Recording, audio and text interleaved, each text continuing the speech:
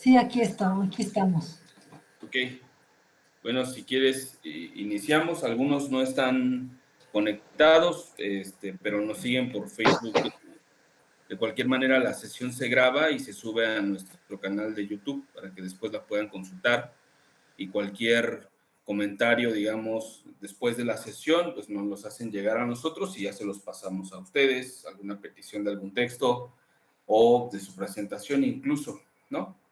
Entonces, pues si quieren iniciamos. Pues bueno, muy buenos días y bienvenidas y bienvenidos a la sesión del Seminario Ecología Política, Sufrimiento Socioambiental y Acción Política, que es posible gracias a la colaboración de dos instituciones, la Universidad Intercultural del Estado de Hidalgo y el CIESAS Occidente. El día de hoy nos acompaña la doctora Jocelyn María Soto Alarcón. Bueno, Jocelyn es licenciada en Economía por la Universidad Autónoma del Estado de Hidalgo y tiene una especialidad, maestría y doctorado en Desarrollo Rural por la UAM, Unidad Xochimilco. Se ha capacitado para el desarrollo de proyectos económicos y ambientales en agricultura orgánica en Cuba, en la implementación de programas para el desarrollo de habilidades de mujeres rurales con la Agencia Japonesa de Cooperación Internacional en Japón, y ha realizado una instancia de investigación en la Universidad en Holanda. Su experiencia laboral involucra el asesoramiento y coordinación de proyectos productivos y ambientales con enfoque de género para zonas rurales de Hidalgo, principalmente en la región del Alto Mezquital, desde el año 2002 al 2017. Sus líneas de investigación son economías diversas, economías comunitarias y la economía feminista, con énfasis en economía regional y proyectos productivos a través del fomento de las cooperativas rurales y sus impactos en el desarrollo económico local. Bueno, Jocelyn, pues bienvenida y muchas gracias por acompañarnos el día de hoy. Muchas gracias por la invitación, gracias al doctor Miguel, a Oscar, a estar coordinando este evento. Y bueno, pues me voy a permitir compartir mi presentación.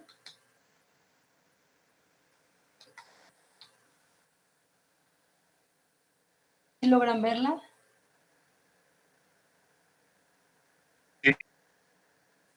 Sí. Sin problema. Sí, muchas gracias. Bueno, pues de este tema que en realidad es un capítulo de un libro que se va a publicar con motivo del Festival Internacional de la Imagen que llevó a cabo la Universidad Autónoma del Estado de Hidalgo. Este libro esperemos que salga en agosto, esperemos que Miguel que nos dé la buena noticia, porque también ahí escribió un capítulo Miguel, y bueno, es el motivo que de esta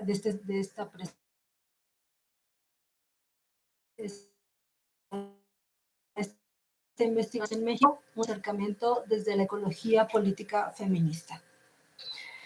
Bueno, el contenido es el siguiente. Primero, pues voy a dar una breve introducción al tema, sobre todo las discusiones teóricas que se han dado en torno a este campo que se llama ecología política feminista y que es un campo muy rico y muy fructífero en términos de discusión teórica y empírica.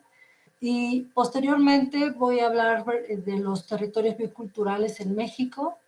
En el tercer momento presentaré desde un enfoque multiescalar cómo es que las mujeres particularmente defienden los territorios bioculturales con esta lente de la ecología política y bueno, finalmente en las conclusiones veremos pues los aportes de esta lente en el análisis tanto de los conflictos socioambientales como de las prácticas cotidianas que realizan campesinos y campesinas en el ámbito mexicano rural.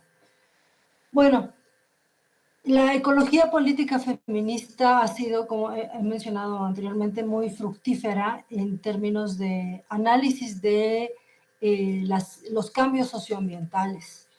La ecología política feminista, que de acuerdo a Rebecca Elmirs, va a mirar cuatro líneas, por decirlo así, en esta discusión. Inicialmente con Rochelau y Wangari van a problematizar el acceso. Lo que ellas nos dicen es que el acceso de las mujeres a los recursos naturales pues tiene componentes de desigualdad.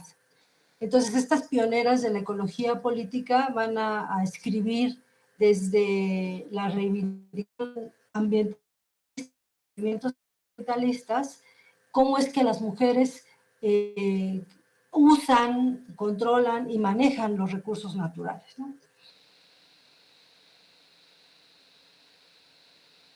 Y después y autores van a participar en este debate teórico y van a encontrar lo que dice Rebeca Elmers, estas 4 líneas, ¿no? Al menos podemos modificar esta discusión vasta en 4 líneas, que pueden ser más. Retomo lo que propone Rebeca. Y una lente en la ecología política feminista es analizar las dinámicas de género en el acceso a los recursos naturales. Ahí miramos cómo, por ejemplo, los regímenes legales, el derecho consuetudinario, tiene implicaciones en el acceso por género a los recursos naturales y también a su manejo. Entonces hay una línea que analiza, por ejemplo, lo miramos sobre todo cuando vemos tenencia de la tierra, manejo de por ejemplo, manejo de los traspatios, es decir, de espacios que por roles de género, por cuestiones de género, son asignados a hombres y mujeres por estos roles, ¿no? Entonces, ahí miramos estas dinámicas de género en torno al acceso a los recursos naturales, acceso, manejo y control de los recursos naturales. También una vertiente muy rica que discute cómo se van configurando las subjetividades de hombres y mujeres en torno al manejo de la naturaleza.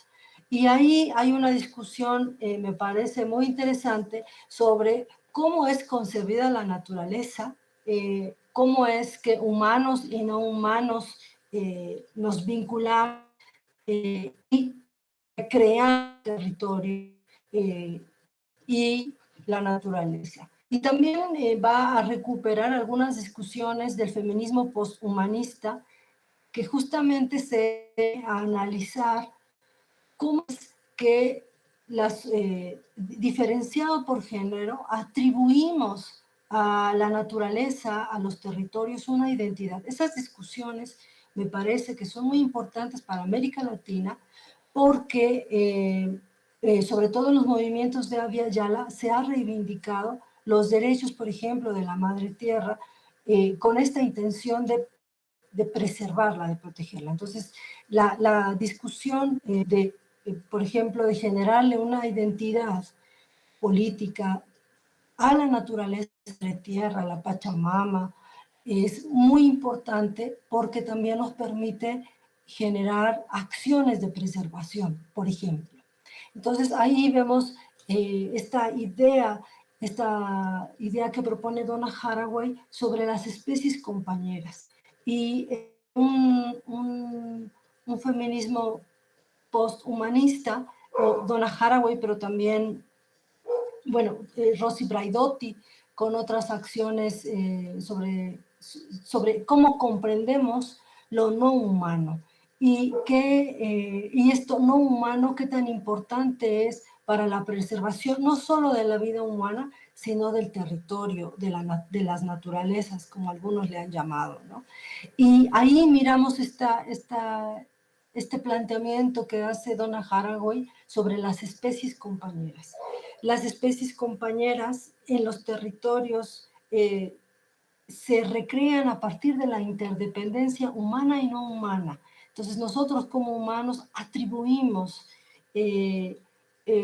a ciertas especies una importancia crucial. Y en este acompañamiento, en donde ambas especies, es un acompañamiento donde hay una sinergia positiva, porque puede haber acompañamientos negativos, ¿no? Pero en particularmente lo que nos propone Haraway es que hay acompañamientos positivos y estas especies compañeras, esta relación entre especies compañeras, nosotros con especies no humanas, es decir, humanos y no humanos, son vitales para la preservación. Entonces, esta discusión del feminismo posthumanista, pues es muy fructífera en la ecología política feminista y va a influir sobre todo en el análisis de las subjetividades ambientales que construimos hombres y mujeres con el entorno, con la naturaleza. También hay una línea que discute la ecología política feminista que tiene que ver con la formación, coproducción de comunes y la ética feminista del cuidado.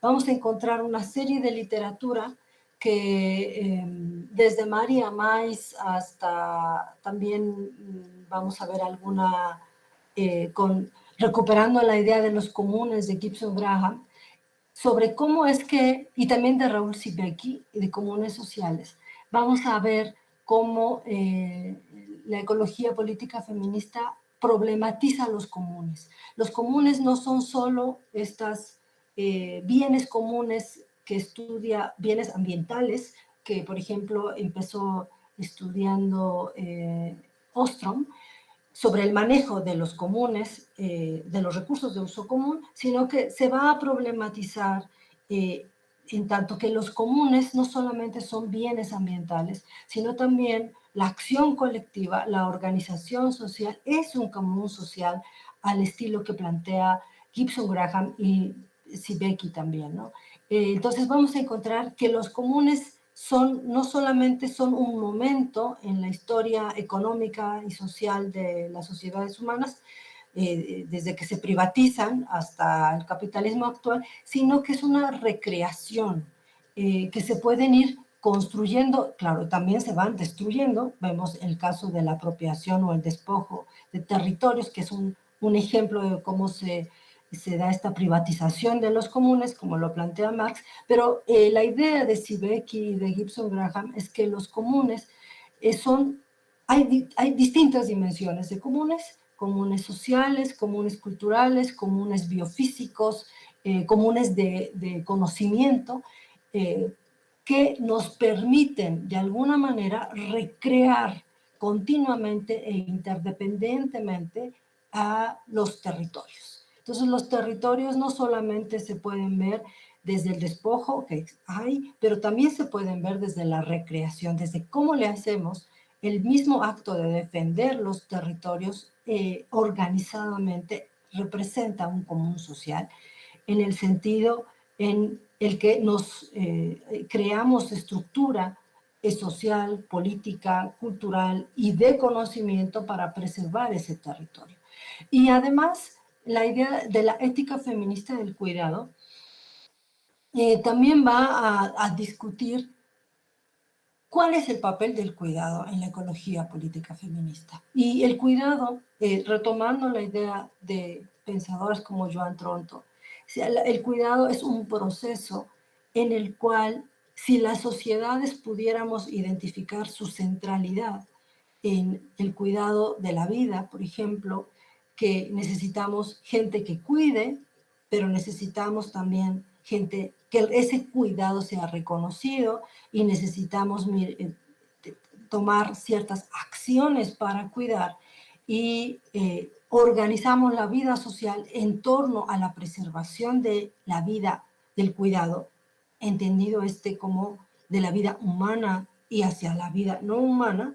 Entonces, probablemente podamos construir una sociedad diferente que pueda hacer frente a el cambio socioambiental que vivimos ahora, que ha tendido a llamarse antropoceno, pero que podemos pensar, llamarlo de otra forma para tomar acciones más, o para hacer desde una visión proactiva, no fatalista de este cambio socioambiental o de esta crisis, o de esta idea del antropoceno como irrefutable, ¿no? Entonces, esta idea muy próspera de los comunes y de la ética feminista del cuidado plantea que es posible preservar, tomar acciones para preservar los territorios desde distintos comunes, desde la organización que implica la organización social, la generación de conocimiento común, pero también cultural, por ejemplo, la preservación de la lengua, de las lenguas, de la cosmovisión que le da sentido a un territorio. Y ahí quiero enlazar con las discusiones del feminismo descolonial, en donde este feminismo descolonial justamente va a problematizar cómo es que los territorios son vistos, son vividos desde la cosmovisión indígena. Y a diferencia de otras organizaciones del pensamiento no indígenas, aquí hay una centralidad en términos de cómo miramos a los otros no humanos. Los miramos desde el feminismo descolonial, desde la cosmovisión, de algunas cosmovisiones indígenas. La naturaleza, la madre tierra, la Pachamama, tiene plenitud ontológica, como menciona Tapia, porque los no humanos tienen corazón como nosotros. Y entonces, en ese sentido, no son diferentes a nosotros, pero no jerárquicamente. Entonces, la diferencia, que es uno de los planteamientos también de la perspectiva descolonial, no es que las sociedades sean homogéneas, no, las sociedades son diferentes, pero esta diferencia no representa desigualdad en términos jerárquicos o políticos. Y estos no humanos que analiza el feminismo descolonial, pueden ser las deidades mismas o la naturaleza, tiene plenitud ontológica y tiene un significado y necesita, por lo tanto, ser cuidado como lo humano, ¿no? O más que lo humano. Y estas cuatro lentes no están separadas, si se dieron cuenta, vamos hablándolas y una nos conecta con la otra, sino que son interdependientes en el análisis. Eso es, digamos, lo rico del enfoque de la ecología política, que puede mirar cómo es que el cambio socioambiental es atravesado por el género es una matriz de diferenciación social que repercute y que interactúa con la raza y con la clase para acceder a los recursos naturales, ¿no? Y en esta interdependencia, desde este enfoque de la interdependencia, es que nosotros desde la ecología política miramos los procesos de cambio socioambiental. Bueno, ¿y por qué es relevante este enfoque de la ecología política feminista? Particularmente en México, ¿no? Que es desde donde voy a problematizar. Bueno, en el caso de México, como ya saben ustedes, no voy a decir nada fuera de lo que ya se ha estudiado. México es un territorio rico bioculturalmente, en términos de que los recursos o el entorno biofísico tiene una alta biodiversidad y al mismo tiempo en las concentraciones de mayor biodiversidad que sobre todo se encuentran en el sur, en el sureste de nuestro país, también hay presencia de pueblos indígenas. Y entonces la perspectiva biocultural va a entrelazar la recreación del territorio biológico, del entorno biológico, con toda su biodiversidad, con la cultura de pueblos originarios. Y en este entrelazamiento es muy importante la forma en que se da esa relación, esa interdependencia. Y ahí es donde está lo que Toledo llama estos tres componentes, ¿no? La praxis, el cosmos y el corpus, como formas con los que las culturas indígenas, los pueblos indígenas se apropian de alguna manera de la naturaleza y la recrean.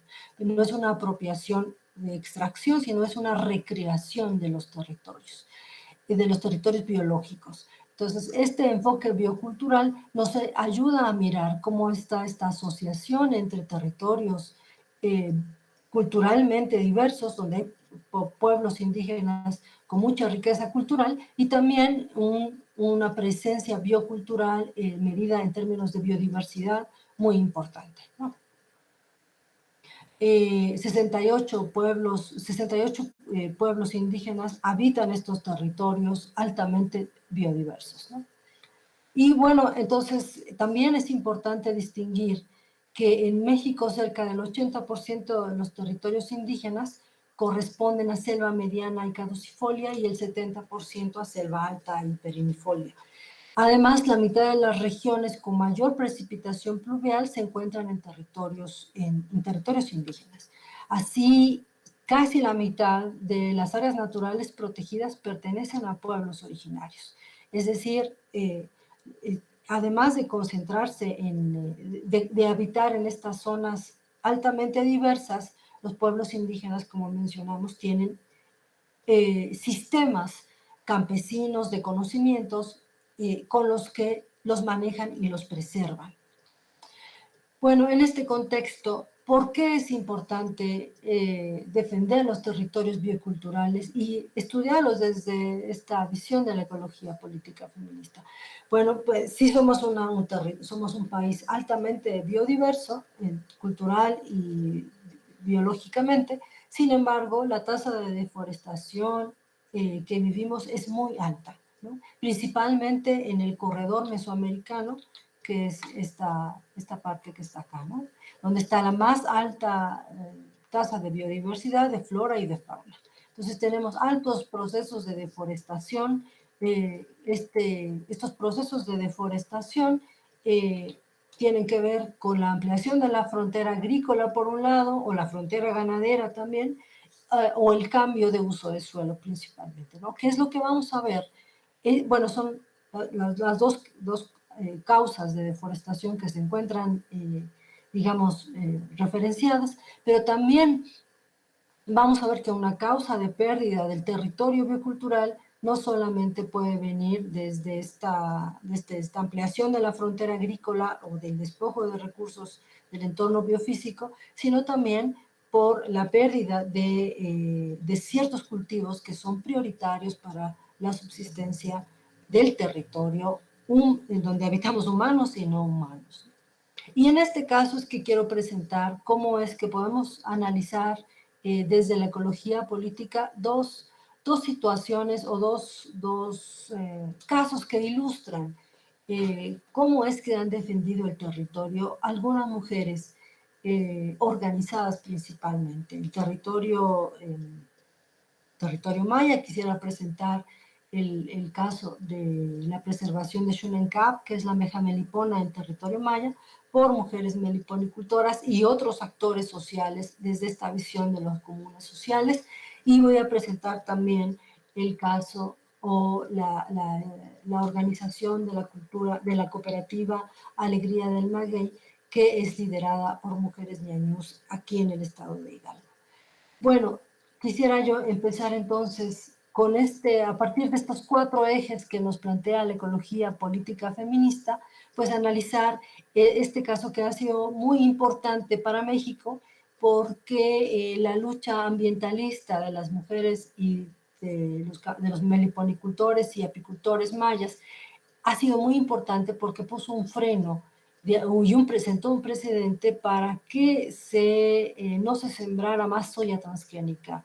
En México fue una larga lucha, creo que muchos de nosotros la conocemos por la literatura, por las investigaciones que se han hecho, por las notas periodísticas, y sentó un precedente muy importante para frenar los organismos genéticamente modificados, la siembra y uso de organismos genéticamente modificados en nuestro país. Pero digamos, debido a la importancia de esta organización de las mujeres y mayas y de hombres mayas en el territorio, me permití analizarla desde esta lente de la ecología política feminista. Y ahí, bueno, pues lo que miramos es que el territorio de la península de Yucatán es rico en recursos naturales. Lo sabemos históricamente desde las haciendas enequeneras, la explotación de chicle, etcétera. Hay una gran cantidad de recursos que se han extraído del territorio maya, de la península de Yucatán, maderas preciosas, etcétera, y que han generado pues una serie de conflictos socioambientales muy importantes, ¿no? Hasta la fecha y muchos de ellos hasta la fecha están presentes.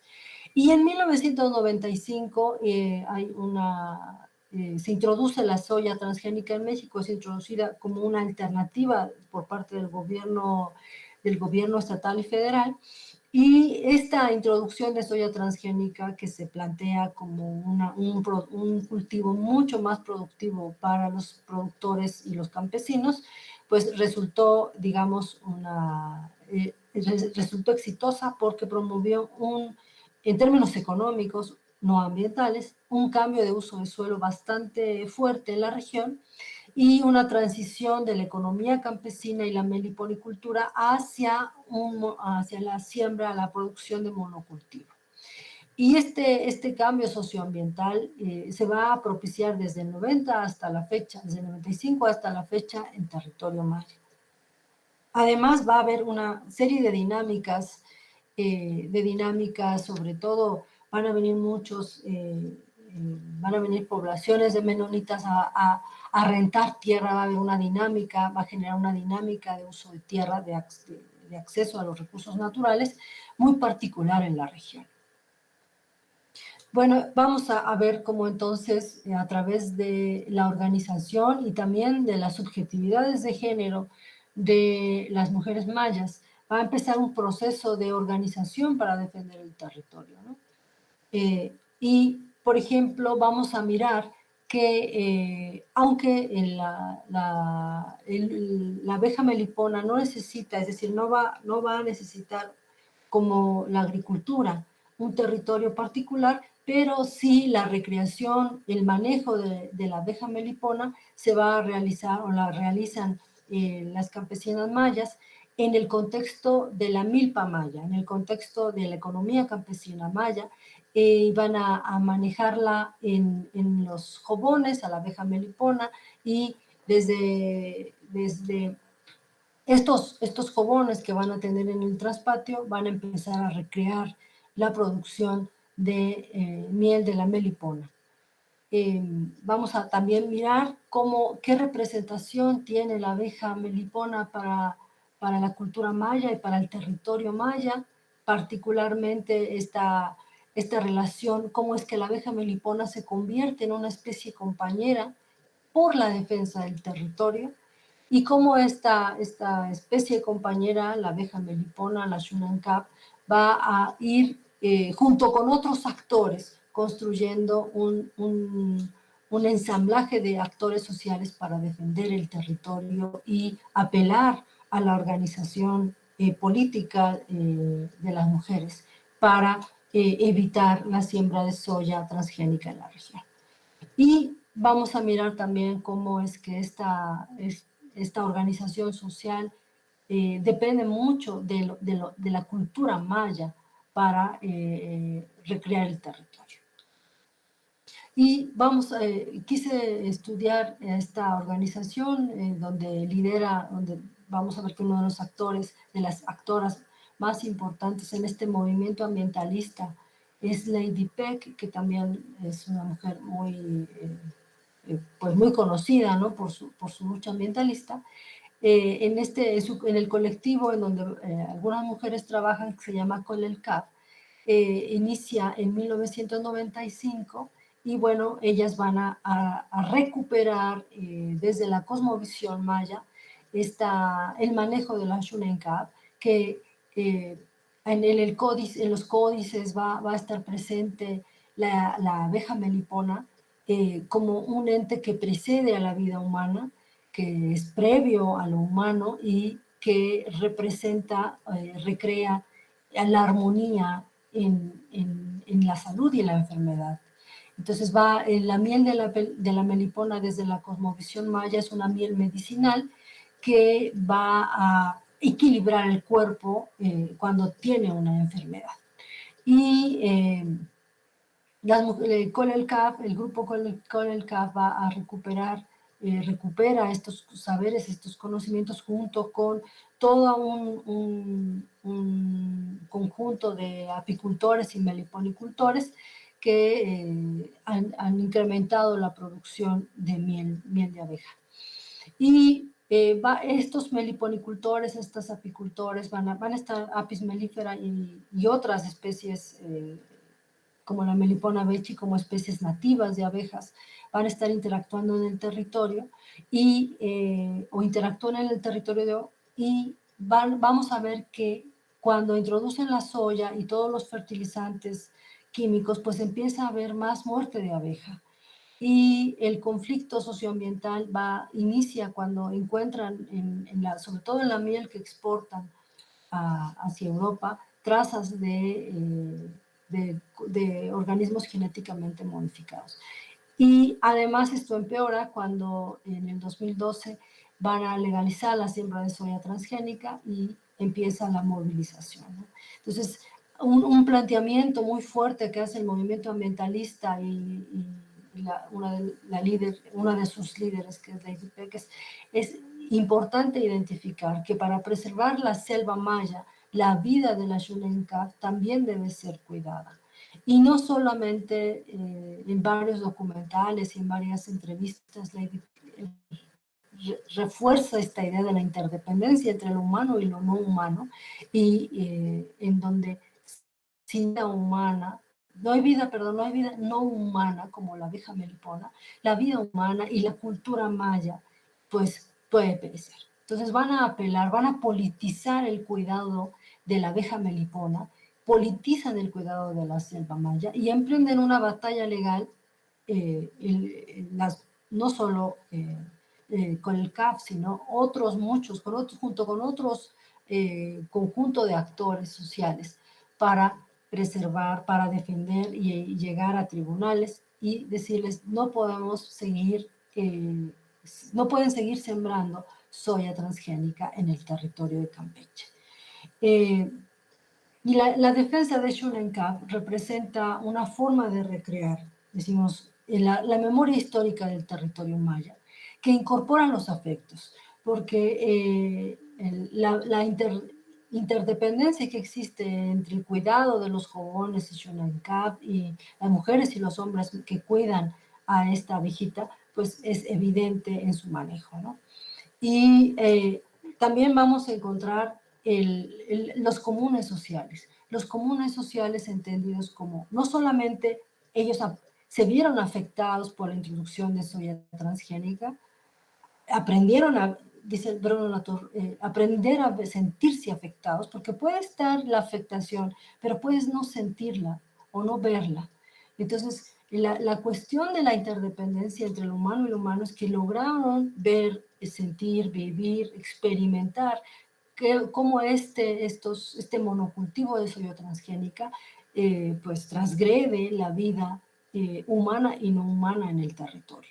Y a partir de ahí generan comunes sociales, organización social, también el SEMDA estuvo presente o ha estado presente, y hay una serie de actores que ayudan a politizar y a problematizar la siembra de soya transgénica y las afectaciones socioambientales. Así es, después de muchos años, que este esfuerzo, esta lucha ambientalista de las mujeres mayas y de los hombres mayas también tuvieron efectos y apenas hace poco logró frenarse legalmente la siembra de soya transgénica, aunque en algunos comunicados el colectivo de los Chenes, que es una de las organizaciones que generaron, denuncia las constantes irregularidades en la siembra de soya transgénica, sobre todo por las poblaciones menonitas que siguen sembrando y utilizando fertilizantes químicos en el territorio.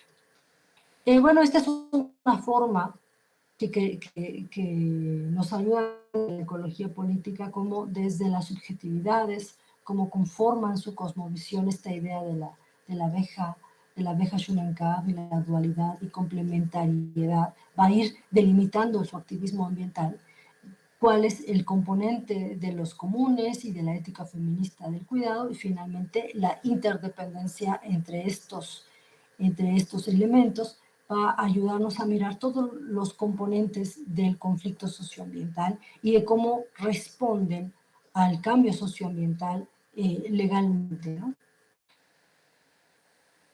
Por otro lado, quisiera presentarles el caso de la cooperativa Alegría del Maguey, que también es una cooperativa integrada por mujeres ñañús del estado de Hidalgo, de Cardonal, en San Andrés de Boxta.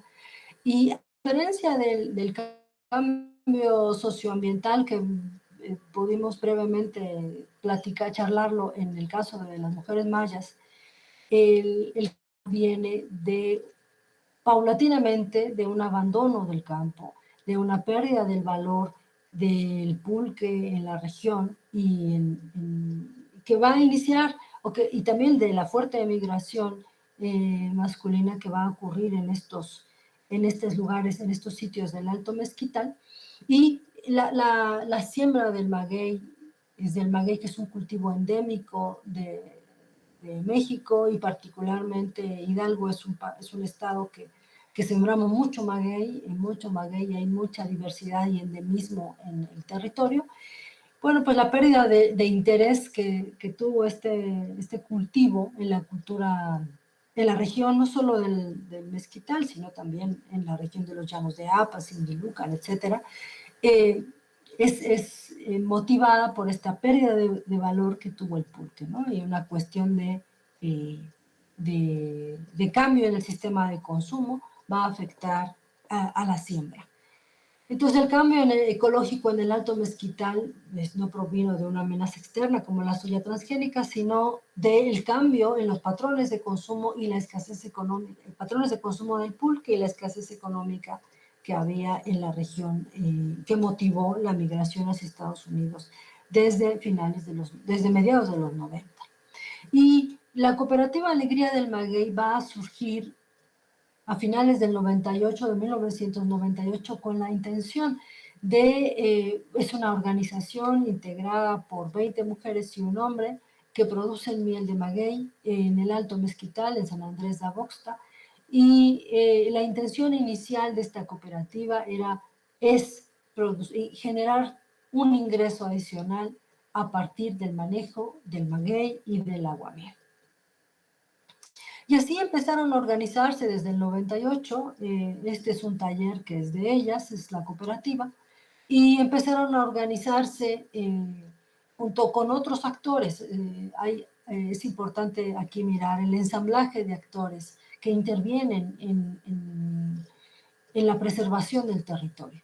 Y las mujeres empezaron a organizarse, si bien no todas son propietarias de tierra.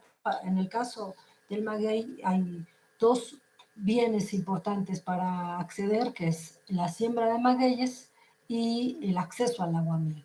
Entonces son dos bienes agrícolas que las mujeres empezaron a negociar. Ellas no tenían acceso al excedente agrícola, pero empezaron a negociarlo en el ámbito de los hogares, y algunas de ellas también, por el fenómeno migratorio, pues algunas de ellas ya son propietarias de tierras, y sea porque el marido o el hijo emigró, y ellas tuvieron que tener el acceso a la tierra por cuestiones legales. Entonces, 13 mujeres de las 20 ahora son propietarias y de parcelas familiares, y empezaron a manejar el maguey, empezaron a cultivarlo, a reforestar. Además, emprendieron una serie de capacitaciones que todavía siguen para mejorar la calidad de los magueyes y también del aguamiel para procesar miel de maguey.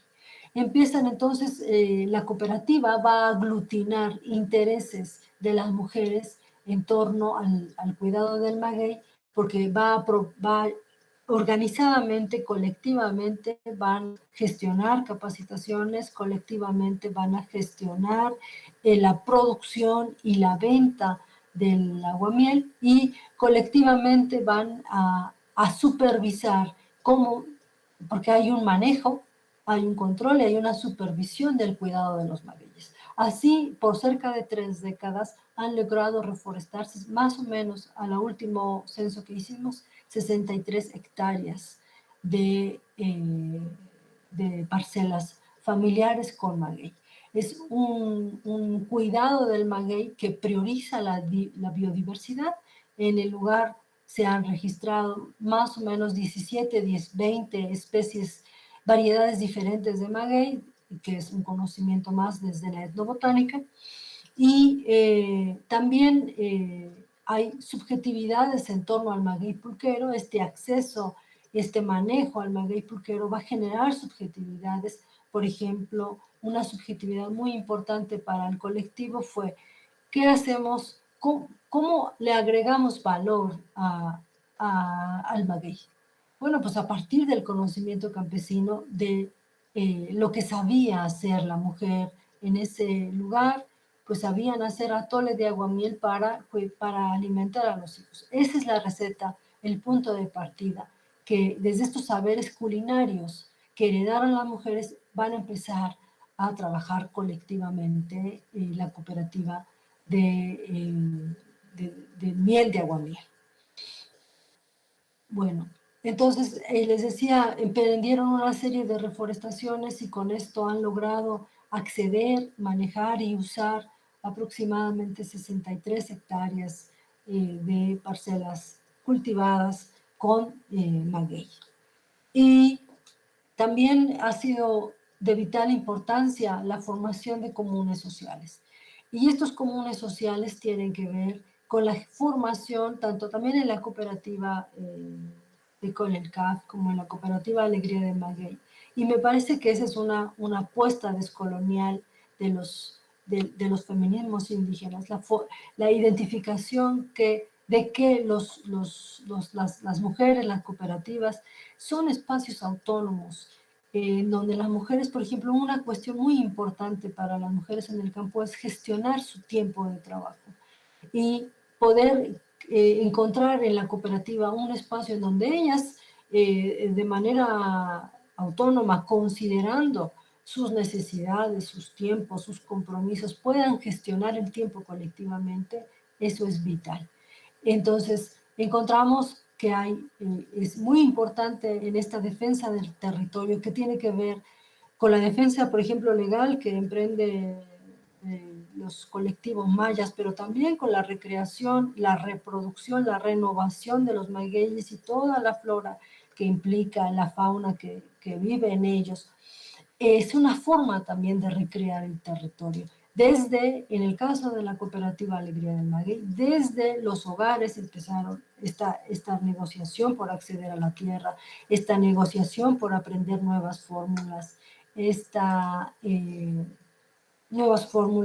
negociación por generar un espacio autónomo, negociar con el presidente, con el delegado, con organizaciones civiles, negociar por proyectos para mantener la cooperativa, negociar en el mercado por producir y vender sus productos con una mejor calidad. También representa una forma organizada de recrear el territorio y de defenderlo desde una visión multiescalar.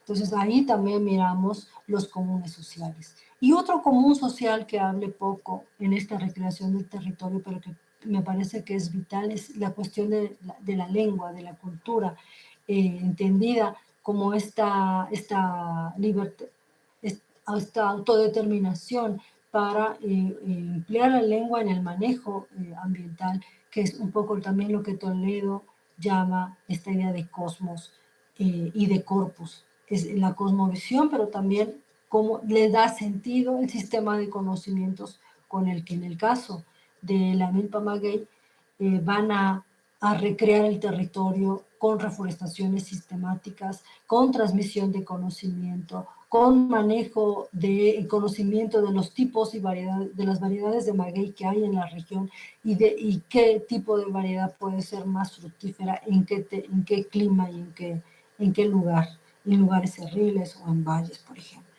En su conjunto, estas dos visiones nos ayudan a entender pues cómo recrean el territorio, ¿no?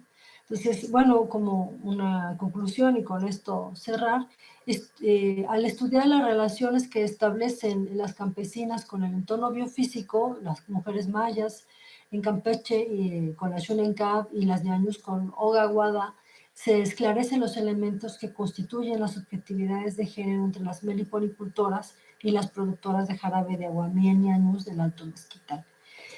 Y bueno, lo que decimos es que las mujeres indígenas, al defender el territorio biocultural, ponen en marcha una alternativa económica y social centrada en la ética del cuidado para asegurar la supervivencia de especies compañeras, en este caso la Shunenkat y el maguey purquero o gaguada representan estas especies compañeras, y la perspectiva interdependiente de la ecología política amplía el marco de acción política de sociedades que han sido históricas y que siguen siendo marginalizadas, pero sobre todo plantea posibilidades para extender la organización colectiva y defender los territorios que son de territorios bioculturales que son centrales para la sostenibilidad ambiental, cultural, económica y social. Bueno, y con eso termino, estoy atenta a sus comentarios. Muchas gracias. Muchas gracias, Jocelyn, por tan interesante charla. Ahora, pues abrimos el espacio de preguntas, comentarios. Solo basta con prender el micrófono, decirnos quiénes son, de dónde nos acompañan y pues adelante.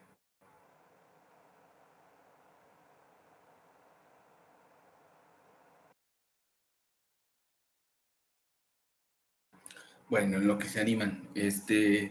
Bueno, a mí me parece muy interesante, digamos, la perspectiva, ¿no?, de la ecología política feminista y esos aportes, digamos, de la ecología política también posthumanista, ¿no? Sin embargo, no sé, quizá igual y tú me aclaras un poco más el asunto. De qué manera, digamos, este aporte de la ecología política posthumanista a veces pareciera ser, bueno, esa es igual y mi impresión, ¿no? Pero igual y, bueno, es para platicar. Deja de lado, digamos, como estas acciones colectivas, políticas, ¿verdad? Acciones políticas que construyen las mujeres, ¿no? Por ejemplo, en términos de la organización, ¿no? Por ejemplo, algo medular de estos casos que nos compartes, pues tiene que ver con la organización, digamos, de las mujeres en tanto cooperativas, ¿no? En tanto cooperativas. O también de organizaciones, de acciones, digamos, más bien colectivas, ¿no? Para, no sé, para la gestión de recursos, para, por ejemplo, esto, cómo las mujeres han creado acciones, construido acciones políticas para estar en contra de la siembra de la soja, por ejemplo, ¿no? No sé, igual, ¿qué otro tipo de acciones en ese sentido, de acciones políticas, ¿verdad?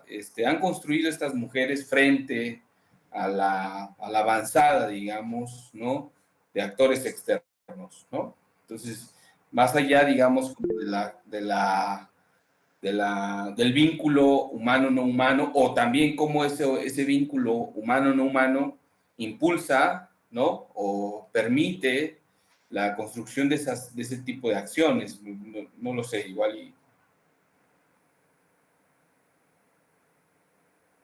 Sí, fíjate que eso sí es muy, muy importante. Me parece que es uno de los aportes de la discusión de la ecología política feminista.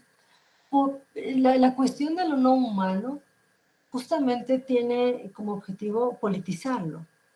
Y politizar lo no humano por los humanos, ¿no? Lo que quiero comunicar es que estas cooperativas han politizado su acceso, manejo y uso del entorno biofísico a partir del reconocimiento de lo no humano. Es decir, de la importancia que tiene la Xunancaf en el territorio maya, de la importancia que tiene el maguey en territorio ñañú. Sin esa politización, que además algo que a mí me gusta ver de la ecología política es que te ayuda a identificar la escala. Y sin hacer ¿cómo decirte? Ni desdibujar, por ejemplo, la escala del hogar, ¿no? Es tan importante la escala del hogar, lo que algunas personas dicen lo privado, pero que lo privado no es privado, sino que es público. Pero politiza la escala de lo doméstico, como desde la cooperativa Alegría del Maguey, y politiza lo de la nación, el caso de las mujeres mayas. Pues a partir de este reconocimiento de interdependencia entre lo humano y lo no humano. Y esa visión nos ayuda a salir de la trampa del antropoceno. Que decía Donna Haraway, si no logramos salir de la crisis socioambiental, no es porque nos falte tecnología, sino porque lo que nos falta es capacidad analítica para mirar la interdependencia, ¿no? O sea, porque estamos devastando el planeta pensando que nunca nos va a pasar nada. Es la visión de Trump, ¿no? Que no firma nada, que dice, yo voy a seguir produciendo y no me importa que el mundo se caiga, ¿no? Aunque me dure 2 años, pero esa es una visión que de pronto pareciera que está en las altas esferas de la política internacional. Pero lo que pasa ahí es que no hay un reconocimiento de la interdependencia que tenemos los humanos con el entorno, ¿no? Y este entorno pueden llamarle no humano, porque lo no humano también tiene que ver con lo sagrado, ¿no? Es algo, esta plenitud ontológica, que eso sí me parece que es muy de los movimientos indígenas, no solo latinoamericanos, sino de otros lugares, pero esta plenitud ontológica que las culturas indígenas le atribuyen, por ejemplo, a los ríos, a las montañas, a la Xunancaf, a la Ogaguada, es muy importante para la defensa del territorio. Porque me parece que hemos perdido esa connotación cuando solamente hablamos de recursos. Y es algo que nos plantean las dos visiones, y particularmente desde la cuestión indígena, ¿no? Entonces, yo así lo miro, ¿ves? En ambos casos. Y creo que la politización va en términos del hogar, de la comunidad, del territorio y hasta la nación, ¿no? O sea, nos ayuda a ver esas dimensiones, sin demeritar ninguna, ¿no? Claro, sí. Bueno, por acá creo que tenemos una pregunta en el... Bueno, Laura dice, debo retirarme, muy interesante la ponencia, gracias. Lisandra Rodríguez dice, muy interesante la intervención de la doctora. Y bueno, Lucía Valenzuela dice, yo tengo una preguntita. ¿Cuáles son las dimensiones de la transición socioecológica desde la ecología política feminista? Bueno, aquí, digamos, yo tomé estas 4 lentes, ¿no? La transición socioecológica la vemos desde el lado del acceso, del uso del suelo, por ejemplo, el uso de los recursos naturales. Por eso está la dimensión de acceso, uso y manejo de los recursos naturales, que es la primera. También vemos esta transición desde el lado de cómo se concibe la naturaleza, que es o la naturaleza, o la madre tierra, o la Pachamama, que tiene que ver con esta connotación del feminismo posthumanista. Entonces, ahí está, digamos, es otra arena, ¿no? Y también las dimensiones de la transición socioecológica pueden verse en los comunes. O sea, las 4, depende mucho, eso es lo que yo he estudiado y así he hecho esta clasificación, porque me ayuda, ¿sabes?, a problematizar la transición, pero también visibilizar las acciones de resistencia. Entonces, este movimiento pendular así, ¿no? Como bien decía Polanyi en la sociedad. Hay apropiación, hay despojo, hay uso, hay comunes negativos o comunes como la contaminación, que generan un impacto socioambiental muy importante, pero también hay acciones de resistencia que pueden ser muy limitadas probablemente, o que pueden ser pueden ir con mucha fuerza, pero hay que ver el movimiento pendular de ambas. Y a mí me ha resultado tener estas 4 líneas, ¿no? Incluso la última sería la del feminismo descolonial, porque también desde lo latinoamericano, desde la cultura indígena, hay una propuesta para modificar este cambio o estos efectos negativos que tiene la transición socioambiental. Entonces, creo que yo lo podría ver así, clasificarlos desde términos materiales hasta términos ideológicos, ¿no?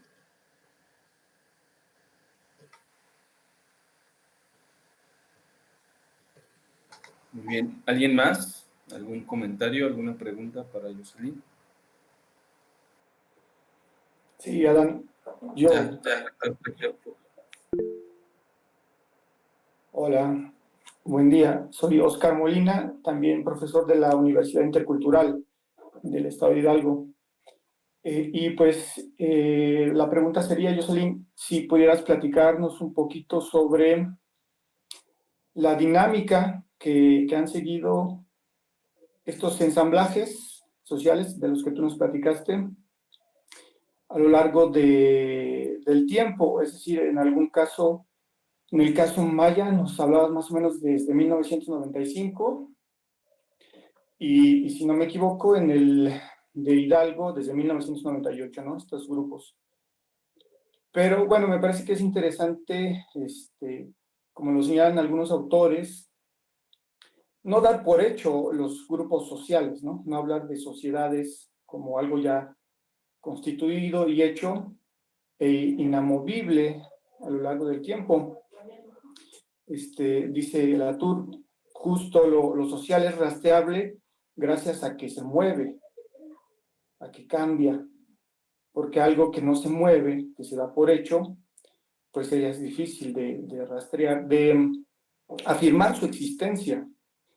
Entonces, a lo que voy, tal vez traduciendo lo que acabo de decir es, a ver, este grupo de mujeres mayas tal vez tuvo un número de integrantes al principio, después tal vez fueron menos o ha ido creciendo y no sé, tal vez alguien abandonó el movimiento y por qué razones lo abandona.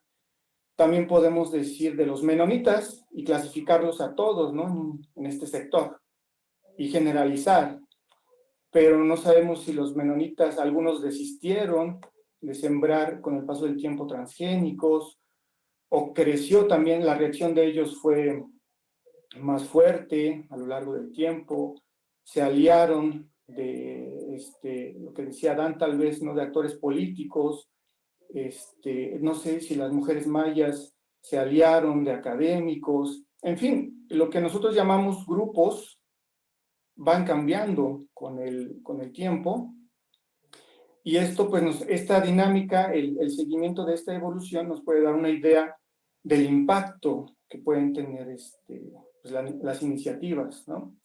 Entonces, si me pudieras comentar un poquito cuál ha sido la evolución, ¿no? De esto que llamamos grupos, las mujeres mayas, los menonitas, las mujeres otomíes, a lo mejor ahí con las mujeres otomíes, al principio a mí me da curiosidad pensar si solitas se organizaron o hubo ahí gente externa, ¿no?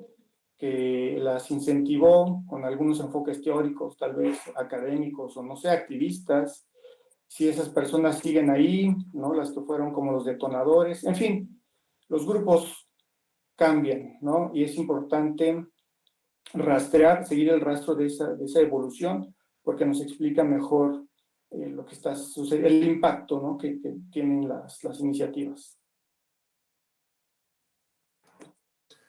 Sí, claro.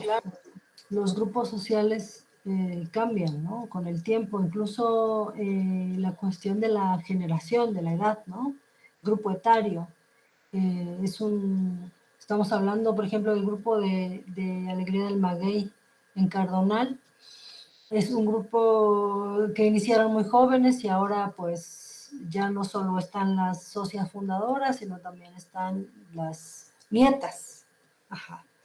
Y en el caso de las mujeres mayas, sí hay un ensamblaje de actores, ¿no? Enfrentarse de pronto a una empresa como Monsanto, por supuesto que requirió de un común social muy fuerte, muy estratificado, que abogados internacionalistas, ambientalistas, el SEMDA estuvo ahí también, Centro de Estudios Ambientales,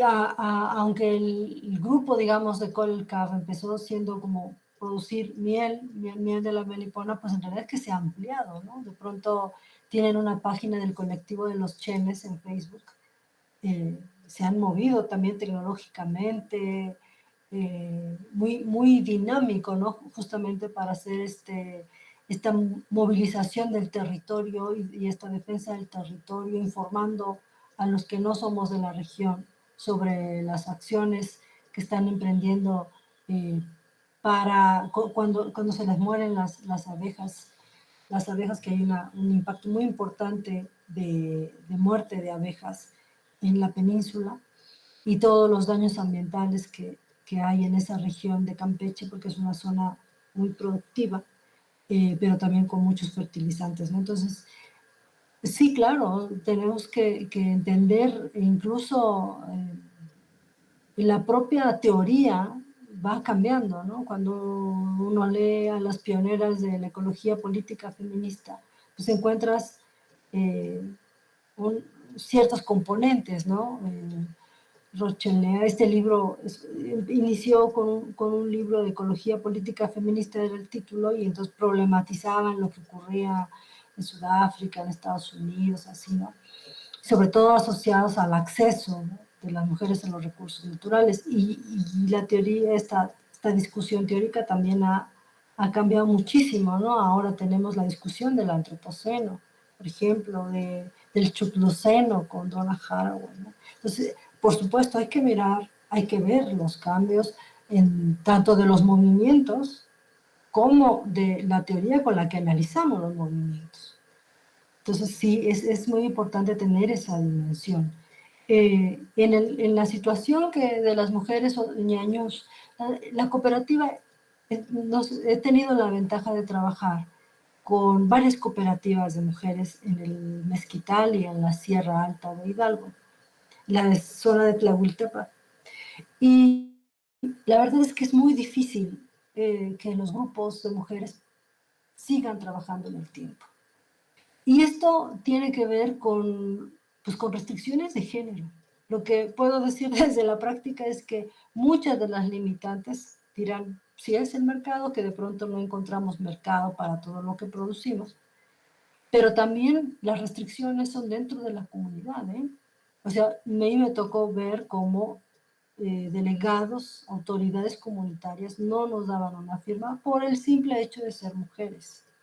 Entonces, cuando hablamos de la continuidad de un grupo social, y en torno a ese queremos ver su eficacia, pues yo creo que hay que mirar como la historia de cómo emerge y todos los desafíos que enfrentan, ¿no? Organizarse colectivamente, sin tierras. Por ejemplo, las mujeres en el Mezquital y en la Sierra Alta no tienen tierras, no tienen derecho al excedente. Y no porque no tengan derecho que esté plasmado en una constitución, porque las dinámicas de género no están, no se permite el acceso, ¿no? Por eso hablé de la migración inicial. Es una variable que está ahí, que de pronto, bueno, no de pronto, pero que de alguna manera interfirió para que aquella sociedad que no permitía que las mujeres tuvieran control de ciertos recursos, tuvo que hacerlo, porque no había más que lo hiciera. Y por eso decía lo de la propiedad de la tierra. No es por inercia de la cooperativa, no necesariamente, es porque los hombres emigraron y alguien tenía que firmar el papel del procede, o estar en las faenas del ejido. Y así fue como fueron accediendo a ciertos recursos, que desde la cuestión constitucionaria no era tan fácil acceder. Entonces, la historia de los colectivos de mujeres en el Alto Mezquital es muy dura. Hubo muchos colectivos que perecieron, o sea, que no continuaron por la violencia hacia las mujeres, ¿no? O sea, de pronto iba a la cooperativa y el esposo no le dejaba salir o iba por ella. Y así te cuento de los hijos o de los hermanos. Entonces, el hecho, por ejemplo, de que estas cooperativas llevan 3 décadas trabajando, ¿no? O sea, llevan 3 décadas trabajando, trabajan constantemente en la recuperación de los magueyes. Claro que hay un ensamblaje de actores que está ahí en el territorio, que de pronto interviene con oye, hay un proyecto, ¿no? Un proyecto para que tengas magueyes porque ahorita está la plaga durísima. Pues le entro y hay un gestor, una ONG que de pronto está ahí, dice, órale va, yo te llevo la gestión al oficio, a la presidencia. Es decir, hay un conjunto de actores con los que las cooperativas interactúan, porque las cooperativas no están solas tampoco. Eso es importante también identificar a este ensamblaje. Y que las necesidades van cambiando en el tiempo. Te comentaba que las mujeres están trabajando desde finales de los 90 en el mezquital y pues ahora trabajan las nietas. Y las nietas quieren otras cosas, quieren otras formas de comunicarse, tienen las redes sociales, hay nuevas dinámicas. Y lo importante es que la cooperativa, por ejemplo, en el caso de la miel, sigue trabajando, sigue vendiendo, sigue reforestando sistemáticamente, a pesar de que ahora están viviendo un cambio socioambiental fuerte. Pueden vender, producen miel de maguey, pero tenemos una plaga del torito que está acabando con los magueyes porque el cambio climático pues ha hecho que las lluvias sean tardías y hay una mayor concentración de calor y el torito y otros hongos están comiéndose a los magueyes. Entonces sus esfuerzos de reforestación a veces no se logran ver porque el torito se come magueyes pequeñitos, ¿no? Entonces, claro, sí es muy importante identificar estos cambios, ¿no? en los grupos y mirar el ensamblaje de actores que está presente. De múltiples. Perdón. No, muy bien, gracias. Gracias por la respuesta. Okay. Por aquí la compañera Alba levantó la mano. Adelante, Alba. Hola, ¿qué tal? Muy buenas tardes, todas. Jocelyn, muchísimas gracias por su presentación, muy interesante. La felicito por sus estudios. La verdad es que recién conozco su trabajo y me parece muy interesante, muy importante. Yo imparto clases en una universidad muy joven, en una licenciatura de ciencias ambientales, entonces le comento esto porque seguramente la voy a buscar para hacerle una invitación por ahí, porque estos temas van mucho en consonancia con lo que estamos viendo en este momento, ¿no? Y tomando eso como punto de partida, quizá, y me disculpo porque quizá lo mencionó, pero estuvo unas interrupciones en línea, entonces tal vez lo hizo y no. Me gustaría que nos diera, que fuera un poquito, que ahondara en la parte metodológica que utilizó para trabajar estos casos, ¿no? Porque nosotros estamos tratando de unir ahí algunas líneas teóricas con metodologías un poquito más participativas, de cartografía ambiental, etcétera. Entonces, me gustaría mucho que tuviéramos una discusión sobre ese tema, ¿no? Entonces, si nos pudiera aportar un poquito. Gracias. Sí, bueno, en sí lo metodológico no la situación de la cooperativa de Colel-CAP y de la investigación de Schulen-CAP, hice más bien una investigación de literatura y busqué ahí lo que hice fue clasificar pues los artículos, fui a Campeche y hice unas entrevistas, pero la verdad es que no a profundidad, entonces preferí no introducirlas. Entonces ahí en lo que presento en este capítulo del libro que les mencionaba, es la parte de Colel-CAP son referencias, es investigación de literatura, y clasificación acorde con los ejes que encontré en la ecología política feminista.